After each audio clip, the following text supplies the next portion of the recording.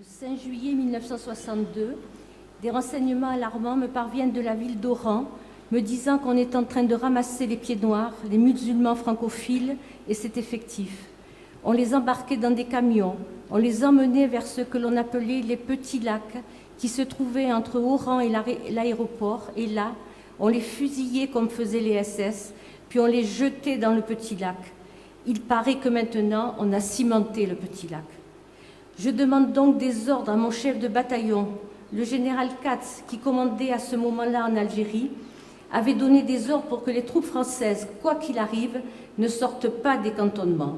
C'était un ordre écrit, que nous avions d'ailleurs tous émargé. L'adjoint au commandant me dit « Mon garçon, tu connais les ordres. Le général Katz a dit de ne pas bouger. » J'étais le seul officier musulman, commandant de compagnie à l'intérieur du bataillon. Je téléphone à mes camarades commandants de compagnie, tous européens. Je leur explique ce que j'ai appris. Ils me disent avoir les mêmes renseignements, mais qu'ils ne peuvent pas bouger vu les ordres. Mais enfin, ce n'est pas possible, leur ai-je dit. On ne va pas laisser les gens se faire trucider comme ça sans lever le petit doigt.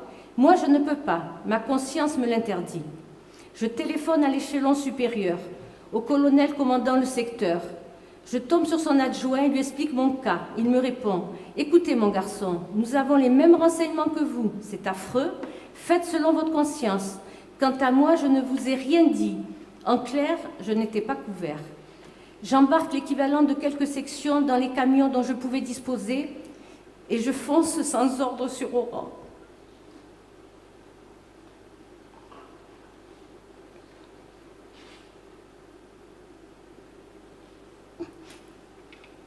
Et j'arrive à la préfecture, il y avait là une section de l'ALN, Armée de Libération Nationale, des camions de l'ALN et des colonnes de femmes, d'enfants et de vieillards dont je ne voyais pas le bout. Veuillez m'excuser. Plusieurs centaines en colonne par 3 ou 4 qui attendaient avant de se faire zigouiller.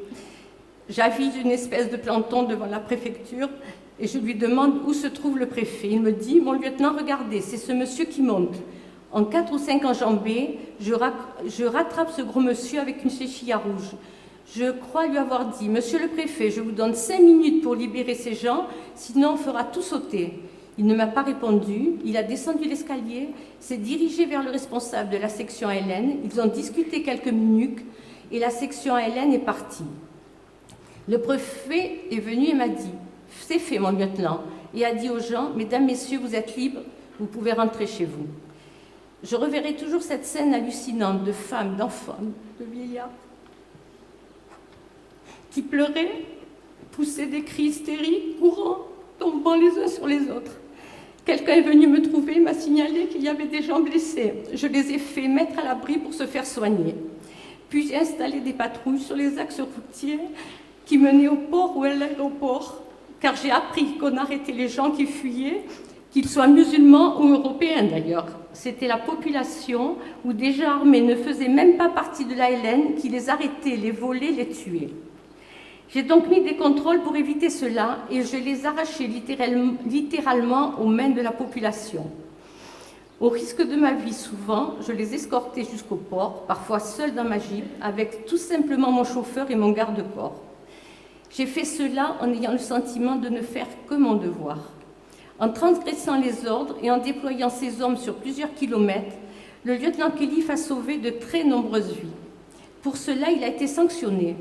Le général Katz, qui l'a convoqué, lui dira « Vous n'étiez pas arabe. Si vous n'étiez pas arabe, je vous casserai. » Le lieutenant Khelif a été immédiatement muté et rapatrié en France.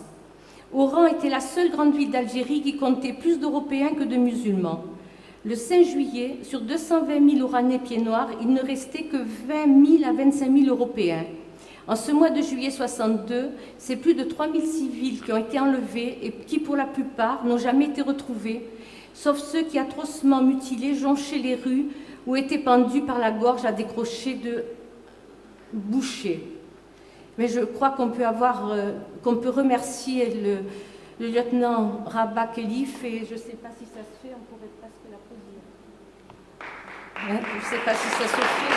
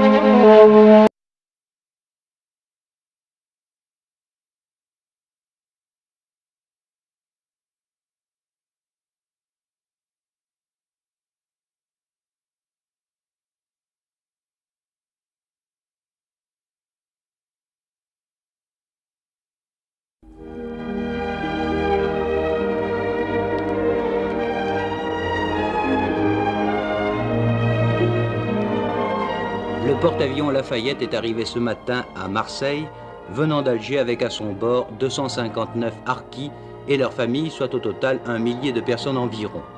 Le débarquement s'est effectué dans l'enclave militaire du port, où un certain nombre de précautions avaient été prises. C'est d'ailleurs pourquoi nos caméramens ont eu beaucoup de difficultés à nous ramener ces images. Dès leur débarquement, les harkis et leurs familles sont montés dans des camions qui les ont transportés à l'extérieur où un repas froid leur a été distribué. Ensuite, cet après-midi, c'était le départ d'un train spécial qui les a conduits au camp de Bourg-Lastic dans le Puy-de-Dôme. Venant de Kabylie ou d'autres régions de l'intérieur, les harkis et leurs familles avaient été regroupés à Maison-Carrée près d'Alger, d'où ils ont été directement embarqués à bord du Lafayette. Le porte-avions ramenait également 30 militaires malades, des permissionnaires et de nombreuses voitures qui avaient été embarquées sur la piste d'envol du bâtiment.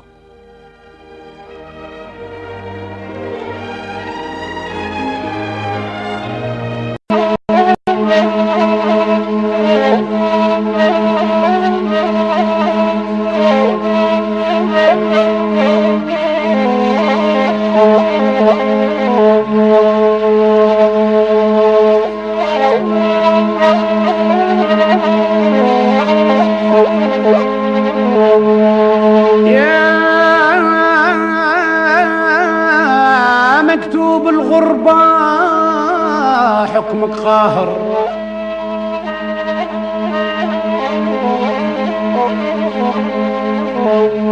فارقتك وقطعت منك آمالي،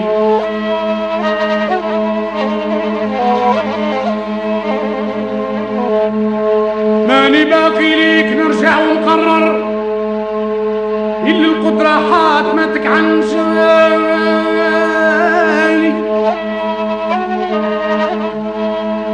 ربي قدر بيك سبحان القاهر، يا ما كشبر العز فيك الأمثالي،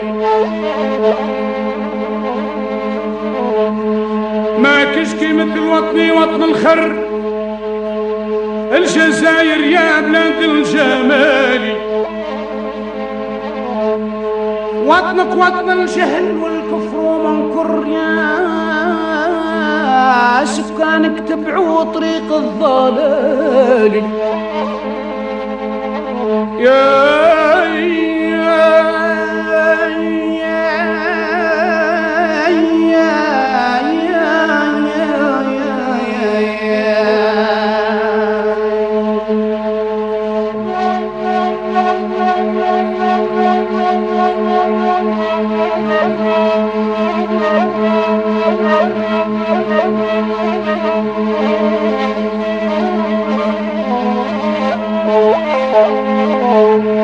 وطني يا وطن المحبة يا زهر،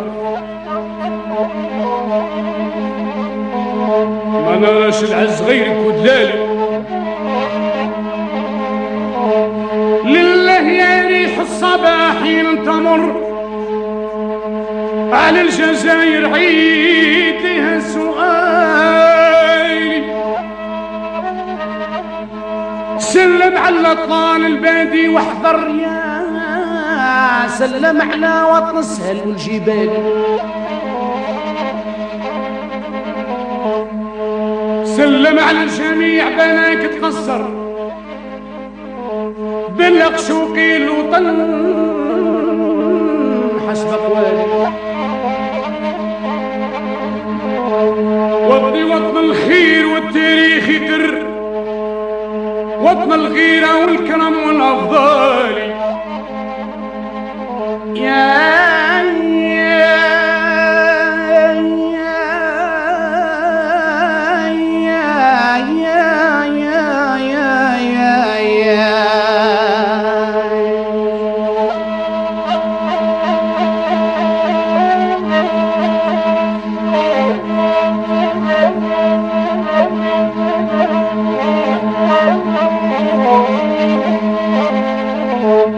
العلم والديانة متنور، وطن الشجاعة وبر الكمال، جامع للخيرات وابن سبيل بخر، شاهد عن مقالنا متعالي، اتغربت عليه والمولى قدر يا نحباب طاح الغيم عليه تكثر الخيل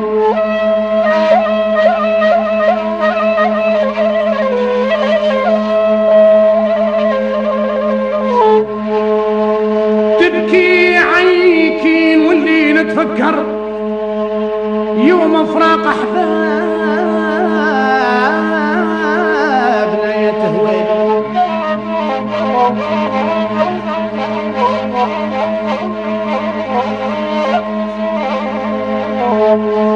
بي الغربة زايدتني متحير سهل يا ربي نرجع لمجالي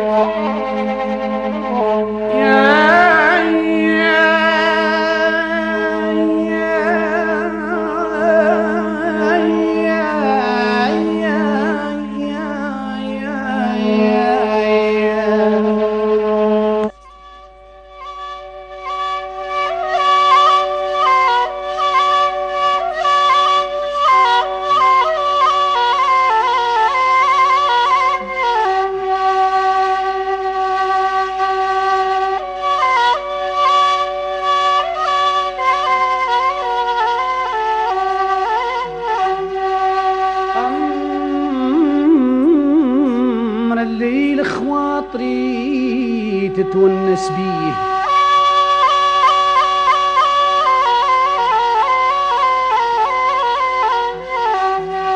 نلقى فيه وصاف يرضاهم بالي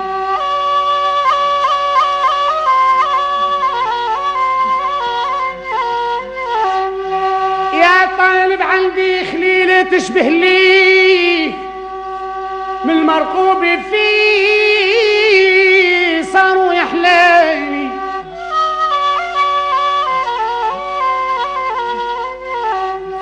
نبات الباصر في الليالي ننظر ليه يا